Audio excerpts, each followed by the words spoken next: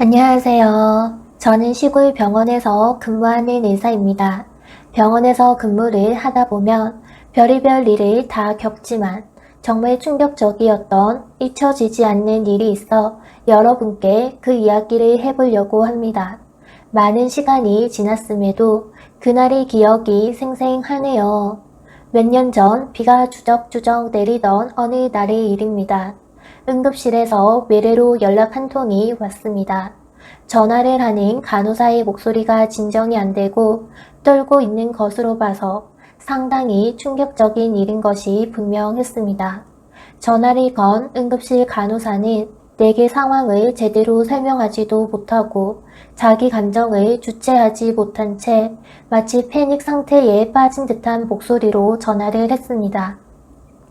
과장님, 빨리 응급실에 와주세요. 빨리요. 사람이 DOA인데요. 거만이 필요해서요. 그녀는 내가 대체 무슨 일이냐는 질문조차 할 수 없을 정도로 목소리가 잠겨 있었습니다. 대개 응급실이나 중환자실 혹은 수술실과 같은 특수 분야 간호사를 몇 년 하다 보면 그야말로 산전수전을 다 겪습니다. 특히 그 중에서도 응급실이나 중환자실은 일반인들이 상상조차 할 수 없을 정도로 이 세상에서 일어날 수 있는 모든 비극적인 일은 다 경험하게 되는 곳입니다. 그 안에는 절절한 사연과 비통한 죽음과 극적인 회생, 그리고 인간이 가질 수 있는 극단의 절망과 희망이 모두 교차하는 곳입니다. 왜 그렇지 않겠습니까? 그곳에 들어온 환자는 모두 누군가의 아버지이고 어머니이며 또 누군가의 아들, 딸이고 또 누군가의 형제, 자매요, 친구가 아니겠습니까?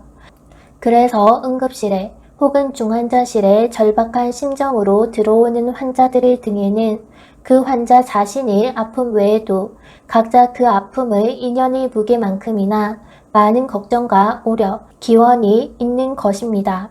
그런 응급실에서 몇 년이 근무한 간호사가 정신적인 충격을 받아서 목소리를 덜덜 떨면서 전화를 한 것입니다. 그리고 담당 과장인 내게 육하 원칙에 따른 상황을 전하지 못할 정도로 독려한다는 것은 지금 응급실에서 얼마나 엄청난 사건이 벌어져 있는지를 충분히 짐작케 하는 일이었습니다.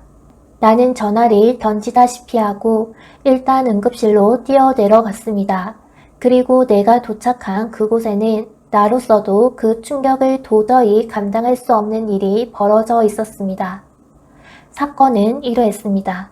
변두리에 사는 어떤 부부가 일찍이 혼자 되신 노모를 모시고 살았습니다. 할머니는 일찍이 남편을 사별하고 외아들이 혼자서 키우셨지만 여러 가지 형편으로 아들의 경제적 여건도 그렇게 넉넉하지 못했습니다. 그래서 이들 부부는 도시 외곽을 상기스게 자리를 잡고 할머니와 며느리는 밭농사를 짓고 아들은 트럭을 몰고 농수산물 시장에서 물건을 나르는 일을 하고 있었습니다. 그런데 젊을 때 고생을 많이 하신 할머니가 몇 년 전부터 치매 기운이 조금씩 있었습니다. 그래도 그나마 다행인 게 하루 중에 20시간 정도는 맑은 정신을 유지하시고 저녁이나 밤에 서너 시간 정도만 자신이 완전히 잃어버리는 치매 증상을 드러내시곤 하셨습니다. 이들 부부 입장에서는 아무리 치매가 있으신 노인이라도 차라리 24시간 완전 치매라면 며느리가 아예 곁에 붙어서 수발을 들겠지만 대개는 멀쩡하시다가 한 번씩 그러시니 그럴 수도 없었습니다. 그래서 할머니가 치매 증상이 나타나시면 할머니 방에 혼자 계시게 하고 문을 잠가 두거나 아니면 며느리가 곁을 지켰었는데 그나마 증상이 밤에 나타나셔서 다행이라면 다행이었습니다. 밤에는 밖에서 문을 걸어 잠궈두면 혹시 문제가 생기더라도 방을 더럽히는 것 말고는 그래도 가출을 하시거나 위험한 일을 하시지는 않는 데다가 밤에는 아들도 집에 있어서 할머니가 설령 발작을 하셔도 감당이 되었기 때문입니다. 어쨌든 그 부부는 노모를 모시고 열심히 살아가는 보통 사람들이었습니다. 하루는 며느리가 노모에게 아이를 맡기고 시장에 다녀왔습니다. 원래 시장을 갈 일이 그리 잦지는 않았지만 그래도 가끔은 시장에 들러서 이것저것 사야 했고, 그럴 때 며느리는 낮에는 멀쩡하신 노모에게 늦게 얻은 아이를 맡기고 얼른 다녀오곤 했습니다. 할머니도 늦게 본 손주라 애지중지하셨고 그들 부부에게도 아이는 그나마 유일한 행복이었습니다. 며느리가 버스를 타고 시장에 가서 장을 본 다음 2시간 정도 후에 집에 들어오자 아이를 보던 노모께서 장 보고 오느라 수고했다고 반겼습니다. 애미야, 수고했다. 어서 배고픈데 밥 먹자. 내가 너 오면 먹으려고 공국을 끓여놨다. 며느리는 공국을 끓여놨다는 할머니 말에 가우뚱했습니다.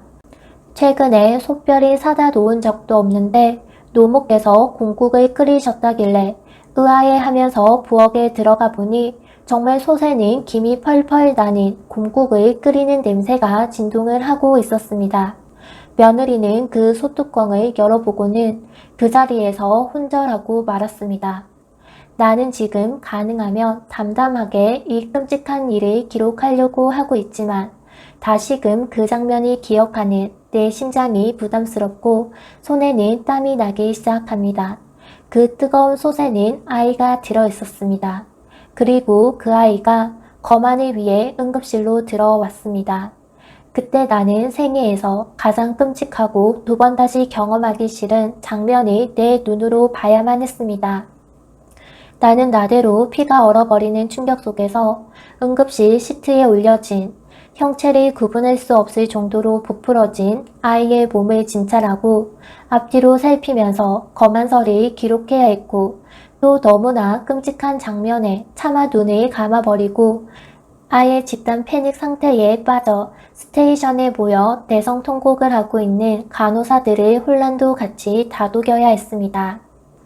아이 엄마는 아예 실신해서 의식이 없었고 할머니는 그 자리에 보이지 않았습니다. 나는 그 후 이 일이 어떻게 되었는지 모릅니다. 나는 의식적으로 그 일이 이후에 어떻게 전개되었는지 알려고 하지 않았습니다. 다만 검찰에서 요청한 검안 기록에는 직접사인 심폐기능 정지, 서행사인 익사에 의한 호흡 부전, 간접사인 전신 화상으로 기록을 남겼고 내 도장을 찍었습니다. 아마 그 일로 인해 입어야 할 남은 가족들의 고통은 끔찍했을 것입니다. 더구나 정신이 돌아왔을 때 자신이 그렇게 애지중지하던 손자를 자신이 그렇게 만들었다는 사실을 알게 된 그 할머니가 받을 고통은 어땠을까? 아울러 아이의 엄마와 아빠가 평생을 겪어야 할 그 잔인하고 끔찍한 고통은 또 어떠할까? 차마 상상이 가지 않습니다. 부디 가족 해체만은 되지 않았으면 하는 마음이지만 이후의 일에 대해서는 나는 알지 못합니다. 나는 지금 이 글을 쓰면서 내가 지금 치매나 기타 노인 질환에 대한 대책이 필요하다는 글을 쓰는 것인지 아니면 인생을 살면서 우리가 겪을 수 있는 극단적인 가혹함이 이런 것이라는 말을 하고 있는 건지 나 자신도 목적지를 잃어버렸습니다. 또 이 글을 쓰면서 떠올리게 된 그 참혹한 장면들을 더 세밀하게 기억해내지 않기 위해서 뒤돌아보지 않고 그냥 내쳐 글을 적으면서도 내가 이 글을 올리는 것이 과연 잘한 일인지 못한 일인지조차 판단이 서지 않습니다.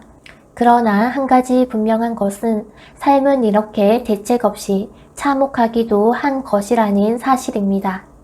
오늘도 제 채널을 시청해 주셔서 감사합니다. 여러분들의 생각을 댓글로 남겨주세요.